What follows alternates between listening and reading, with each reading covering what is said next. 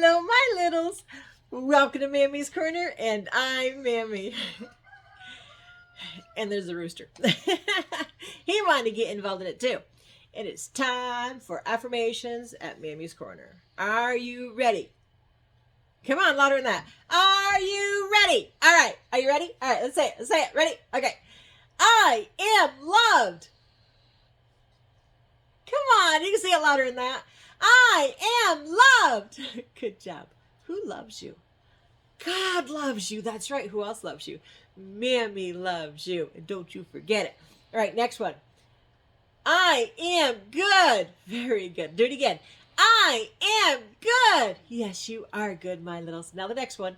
I am kind. Are you kind? Say it loud, my littles. I am kind. Good job. Now, today, Mammy's going to read a book called Corduroy.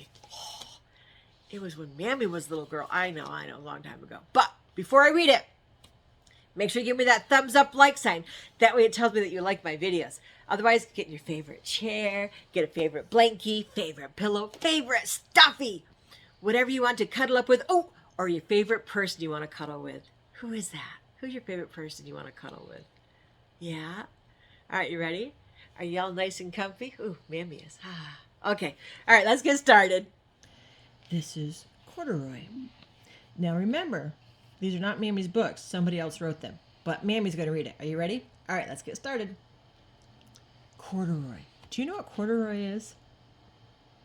Maybe you should ask your mommy or daddy. See if they know what it is. That'd be funny. Corduroy is a bear. Where's the bear? Can you find the bear? There's the bear. That's Corduroy, who once lived in the toy department of a big store. Whoa, look at all those other toys. Day after day, he waited with all the other animals and dolls for somebody to come along and take him home. That almost sounds sad, waiting for someone to love him. Poor Corduroy. The store was always filled with shoppers buying all sorts of things, but no one ever seemed to want a small bear in green overalls. Aw, poor Corduroy. That's sad. Then one morning, a little girl stopped and looked straight into Corduroy's bright eyes. "Oh, Mommy," she said, "look, there's the very bear I've always wanted." "Not today, dear," her mother sighed. "I've spent too much already. Besides, he doesn't look new. He's lost the button to one of his shoulder straps." "Oh, that's sad. Poor Corduroy." Corduroy watched them sadly as they walked away. "Oh, I didn't know I'd lost a button," he said to himself. "Tonight I'll go see if I can find it." Late that evening, when all the shoppers had gone and the doors were shut and locked, Corduroy climbed carefully down from his shelf. See, there he goes. He's climbing down. Where do you think he's going to go? Do you know where he might go? Let's find out. He began searching everywhere on the floor for his lost button. Suddenly, he felt the floor moving under him. Whoa! Quite by accident, he had stepped onto the escalator, and up he went. Whoa! Could this be a mountain? He wondered. I think I've always wanted to climb a mountain. Wow! Pretty cool, huh, my littles? He stepped off the escalator as it reached the next floor, and there before his eyes was a most amazing sight. Tables and chairs and lamps and sofas and rows of beds. "This must be a palace," Corduroy gasped. "I guess I've always wanted to live in a palace." Do you think it's a palace? No. What is it? It's a store. That's right. He wandered around, admiring the furniture. "This must be a bed," he said. "I've always wanted to sleep in a bed." And he crawled onto a large, thick mattress. Whoa, look at that. All at once he saw something small and round. "Why, here's my button," he cried, and he tried to pick it up. But like all the other buttons on the mattress, it was tied down tight. Oh, see? There's buttons. Why do you think he's pulling on it? Yeah, he wants it for his corduroy pants, huh? He yanked and pulled with both paws until, pop! Off came the button. And off the mattress, Corduroy toppled. What? Oh no! Is he going to get hurt? Oh, let's find out. Bang! Onto a tall floor lamp. Over it fell with a crash. Oh no. Poor Corduroy. Corduroy didn't know it, but there was someone else awake in the store. The night watchman was going his rounds on the floor above when he heard the crash. He came dashing down the escalator. What's going to happen? He's going to be found out. Oh no. Now who in the world did that? He exclaimed. Somebody must be hiding around here. Uh-oh, let's find out. He flashed his light under and over the sofas and beds until he came to the biggest bed of all. And there he saw 2 fuzzy brown ears sticking up from under the cover. See? There they are.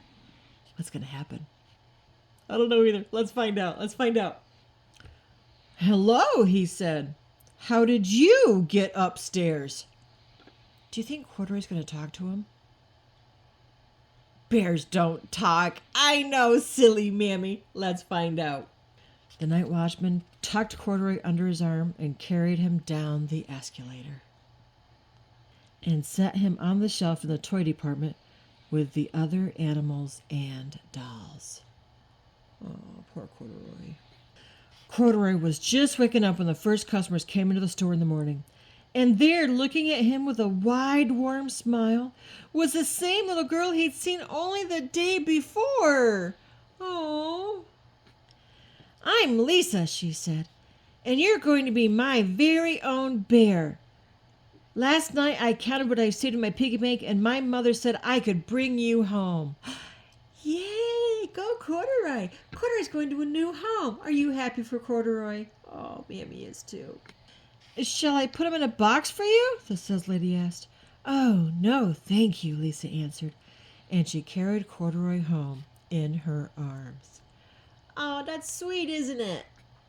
She ran all the way up 4 flights of stairs into her family's apartment and straight to her own room.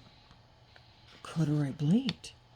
There was a chair and a chest of drawers, and alongside a girl-side bed stood a little bed just the right size for him. The room was small, nothing like that enormous palace in the department store. This must be home, he said. I know I've always wanted a home. Aw, look at that. You see his little bed right there? Aw. Lisa sat down with Corduroy on her lap and began to sew a button on his overalls. I like you the way you are, she said, but you'll be more comfortable with your shoulder strap fastened. So she's sewing a button on. That's so nice of her. You must be a friend, said Corduroy. I've always wanted a friend. Me too, said Lisa, and gave him a big hug. The end. Did Corduroy talk to that little girl, Lisa? Bears don't talk. Oh my goodness, that was silly, right? But he did talk to her, and she answered him. Oh my goodness. Oh my goodness. All right. Mammy just teases. So that was Corduroy. Did you like it? Give me a thumbs up if you liked the story. And tell your mommies and daddies and grandmas and everybody else to put a thumbs up too, so that way I know that you like this story. So that's the end of the book. That's the end of today. But what do I always say? Who loves you? God loves you. That's right. Who else loves you? Mammy loves you. Shh. But Mammy loves you bestest. Until next time, my littles, be good and be kind.